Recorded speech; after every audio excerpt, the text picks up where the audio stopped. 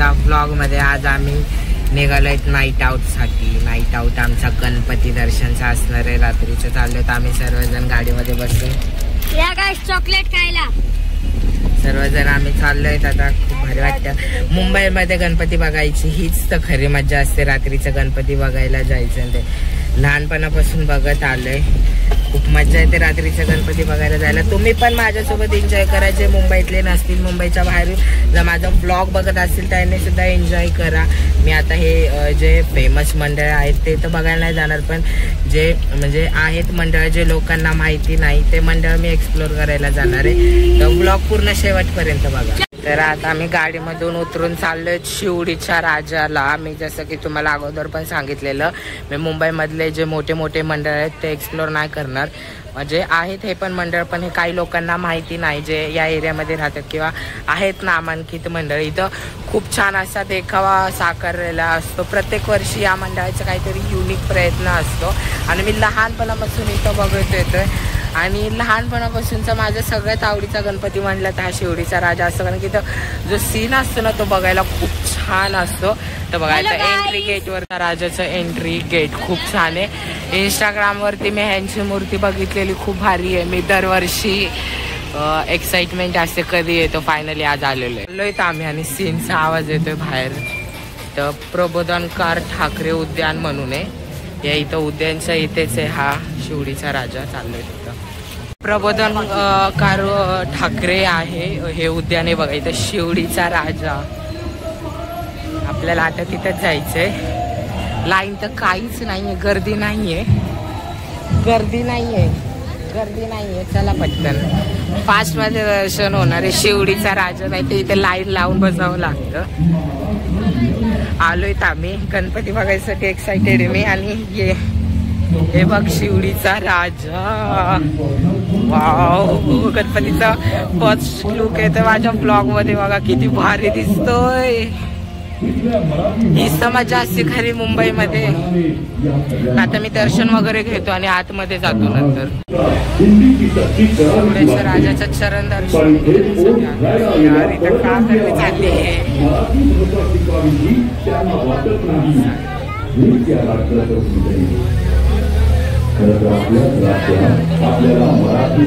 आम्ही इथं शिवडीच्या राजापाशी सीन ह्यांनी देखाव बनवलेला आहे तो बघायला बसलेलो आहे। एवढे जण बसलेले आहेत। साकारलंय मायमरू आणि मावशी जगो यांच्या इंस्टाग्राम वरती पेज वरती बघितलेलं, तर पूर्ण बघतो मी आत्ताच सीन बघून बाहेर आलेलो आहे। खूप भारी होता ह्या वर्षीचा सीन। लास्ट इयर पण मी बघितलेलं, पण ह्या वर्षीचा मला खूप आवडला। मायमरू आणि मावशी जगो यांनी एकदम पूर्ण प्रॉपरली एक्सप्लेन करून सांगितलेलं आहे। मराठी माणसाने खरं तर जागच व्हायला पाहिजे, डोळे उघडतील असा हा सीन होता ह्या वर्षीचा। तर आपण नेक्स्ट बघूया आता कुठे जायचंय ते। आलेलं आहे नायगावचा राजा, नायगाव मोनोरेल स्टेशन पाशी, पोलीस क्वार्टर्स मध्ये। नायगाव मोनोरेल स्टेशनच्या इथेच आहे नायगावचा राजा। मी प्रत्येक वर्षी इथे पण येत असतो, ह्या वर्षी पण आलो। नायगावच्या राजाच्या मेन मंडप मध्ये छान डेकोरेशन केलेलं आहे। मूर्ती बघूया कशी आहे ह्या वर्षीची ह्यांची, खूप मस्त आहे। आता फायनली आलोय नायगावचा राजा। लास्ट इयरला पण मी इथं आलेलो, तेव्हा तर मी काय ब्लॉगिंग करत नव्हतो। खूप छान आहे नायगावचा राजा, खूप सुंदर मूर्ती आहे, शिवडीच्या राजासारखीच आहे फेस। आम्ही नायगावच्या राजाला बोला गणपती बाप्पा मंगल मूर्ती, नायगावच्या राजाचा। राजाच्या चेहऱ्याची रांगोळी काढलेली बघा। ह्या कलेला आता काय म्हणणार, कलाकाराने पूर्ण त्याचा जीव ओतलाय। कला करायला पाहिजे ती अशी करायला पाहिजे। पूर्ण त्याने गणपती बाप्पाचा फेस एकदम सेम टू सेम केलेला आहे। नायगावच्या राजाच्या समोर त्यांनी त्याची कला सादर केलेली आहे। तर मी आता पोहोचले कॉटनच्या राजापाशी। ही जुनं मंडळ, खूप वर्ष जुनं मंडळ आहे।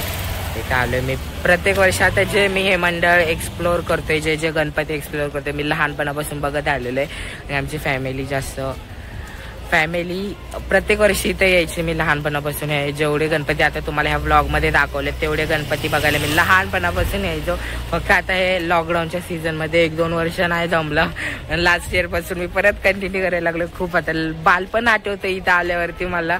आणि कॉटनचा राजा इथं कसलं तरी हे आहे. इथला हॉल बघताना ॲम्बियन्स बघताना इतकं भारी वाटतं ना. ते तो सर्कलची एक रांगोळी त्याच्याभोवती फिरायचं. इथं आलं पूर्ण बालपणच माझं ताजं होतं. तर तुम्हाला इथलं बाहेरचं दाखवतो लाईट्स वगैरे. कॉटनच्या राजाचं एंट्री गेट. इथं आलं माझं पूर्ण बालपण जागं होतं. आलेलो आहे मी कॉटनच्या राजाला. खूप छान मूर्ती असते 90s मधली. अशी मूर्ती आजकाल फार कमी बघायला भेटतात. सिंपल गणपतीचा असो प्रॉपरली तो खूप छान आहे. खूप भारी वाटतं, प्रसन्न वाटतं, पॉझिटिव्ह वाटतं. आणि इथला ॲम्बियन्स आहे. हा हॉल आहे इथला. कॉटनच्या राजाचं चरण दर्शन घ्यायला आलोय मी. बोला बोला गणपती बाप्पा मोरया. इथं कॉटनच्या राजाच्या समोर आम्ही बसलोय निवांत. खूप भारी वाटते इथं बसायला. हॅलो गाईस. तर मी आता कॉटनच्या राजाकडून आलेलो आहे. अखिल अंजीरवाडी माझगावचा राजा या ठिकाणी आलेलं आहे. मी जसे तुम्हाला सांगितलं मी जेवढे पण गणपती एक्सप्लोर करणार आहे ते माझे लहानपणापासूनचे गणपतीच्या दर्शनासाठी आलेलो. तर लालबागच्या राजासारखी सेम मूर्ती असते मी तुम्हाला दाखवतो. हा आहे अखिल अंजीरवाडी सार्वजनिक गणेशोत्सव मंडळ माझगावचा राजा. इथून आतमध्ये आपल्याला चालत जायचे. ह्यांच्या मेन मंडपापाशी डेकोरेशन छान केलेलं आहे. छान आहे. असलीवाले फ्लावर आहेत. वाव. आणि हे बघा अंजीरवाडीचा राजा. लालबागच्या राजाची प्रतिकृती आहे बघा किती सुंदर आहे. खूप सुंदर भारी वाटते इथे. छान मूर्ती आहे. सेम लालबागच्या राजाची प्रतिकृती आहे. तिथं एवढ्या गर्दीमध्ये तर मी नाही जात. पण इथं छान असं पायावरती डोकं ठेवून दर्शन घ्यायला भेटतं आणि फोटो पण काढायला भेटतात. तर भारी वाटतं. खूप छान आहे. आता हे माझं कदाचित शेवटचा गणपती असेल. आता ह्याच्यानंतर मी घरीच जाईल. तर बघा ब्लॉग पूर्ण. तर मी इथेच एक मंदिर आहे. या मंदिरामध्ये आलेलो आहे. गणपती बाप्पाचंच हे पण मंदिर.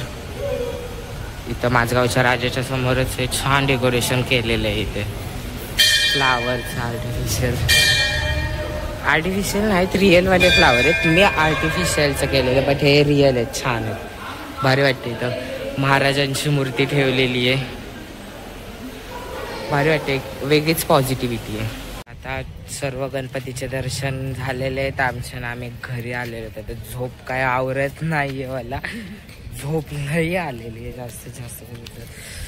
असं झालं कधी जातो आणि झोपतो. माझा एक व्लॉग एडिट करायचा राहिलेला आहे. 7 दिवसाचे गणपती विसर्जन होऊन आज की तर 9वा दिवस पण चालू झालेला आहे. पण मी अजून काय तो व्लॉग एडिट केलेला नाही. बोललो होतो आज एडिट करेल पण काय एडिट करणं माझ्याच्याने झालं नाही. गणपती बघायला गेलो होतो. घरी जाऊन मस्त झोपतो.